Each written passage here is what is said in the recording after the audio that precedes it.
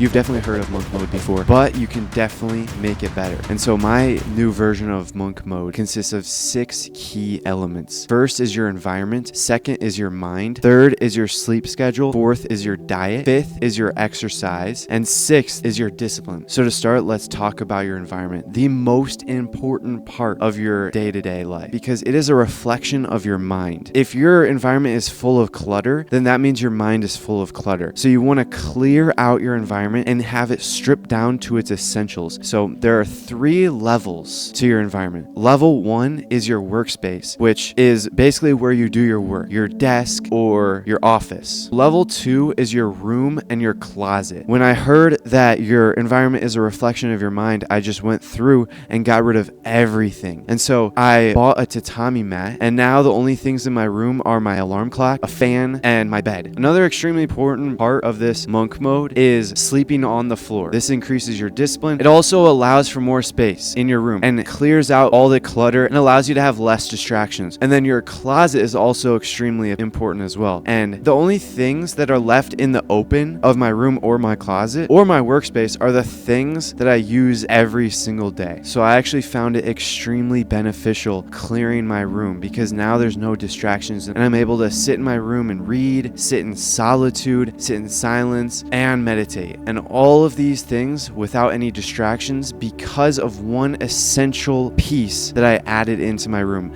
And it's I nailed blackout curtains onto my window and my door. And this keeps out all the noise and the light. So there's no distractions at all. Level 3 are the people you surround yourself with. So this is your friends, your peers, your classmates. And then this is also your teachers, your bosses, also your family members, siblings, parents, and animals. So all of these people are part of your environment and they are affecting you. And they are basically shaping you into who you are today. The quote, "You are the average of the 5 people you spend your time with," that is true. And when I realized this, I realized I was spending my time around a bunch of people at school that I did not have similar goals or dreams with. And I didn't have similar habits with either. And so I realized that I needed to get out of school as soon as possible. And that's what I did. I graduated early. So now I'm done with school. Now the only people I surround myself with are those who are like-minded. Another extremely important part of this monk mode is treating your phone like a tool and not a toy. So keep it on do not disturb forever. Also put it on airplane mode and power it off when you're not using it. And keep it in another room like the basement. The second key element to this new monk mode is all about your mind. The first piece to this is learning. For example, every day read at least 10 minutes and every day work on improving your skill in your craft. So for me,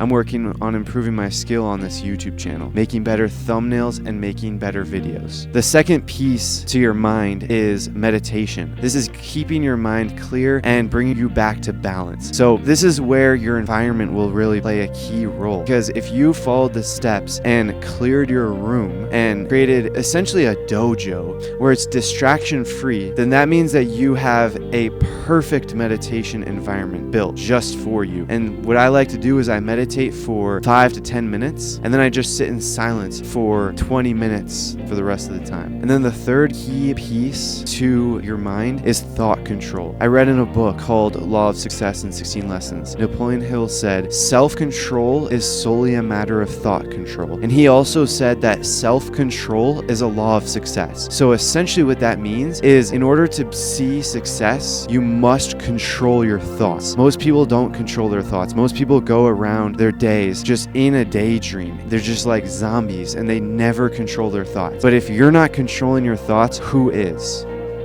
The third key element is your sleep schedule. A lot of people neglect sleep and it shows. In order to have optimal sleep, you must have at least 9 hours. I don't care what the doctors recommend. I don't care what anyone says. This is essential for your health because your sleep is the foundation to your health. And then you also must have a consistent sleep schedule. So that means waking up at the same exact time every day, as well as going to bed at the same exact time. This also means you must keep it consistent on the weekends. Element number 4 is your diet. diet. So there are 3 levels to your diet. On all 3 levels, you're eating extremely healthy. So that means no processed stuff, no junk food, nothing like that. This means whole foods only. All 3 levels have the exact same type of food. It's just the quality is different. Level 1, the food has seed oils and it is not organic and it's not grass-fed or pasture-raised or anything like that. So it's got estrogenics and it's got seed oils in it. Now level 2 is better. There's no seed oils, but there are still non-organic foods and non-pasture-raised or grass-fed foods or wild caught. Now level 3 is optimal. It's the best, highest quality food you can get. This is no seed oils, it's organic, and it's wild caught, pasture-raised, grass-fed, all of the best quality labels. And it's not packed in plastic. Now the 5th key element to this monk mode is you exercise every day except on days that you need a rest. And there are 2 workouts. Workout 1 is weights in the gym, lifting weights, or you can do calisthenics. Workout 2 is cardio based, running, sprinting, biking, swimming, whatever. And the 6th key element, extremely important because none of this matters without it, is discipline. Only shower you take is cold. So that means if you take a shower after your second workout or your first workout, then that means it's cold the entire time and you do not change it to warm. You keep it cold the entire shower. Another more passive method of increasing your discipline is, like I mentioned earlier, sleep on the floor with a tatami mat. After a while, this doesn't really increase discipline too much because I actually found that I prefer the tatami mat now and it's actually gotten quite comfortable for me. But in the beginning, it was increasing my discipline slightly. So that's why I added this here. But that's the real monk mode.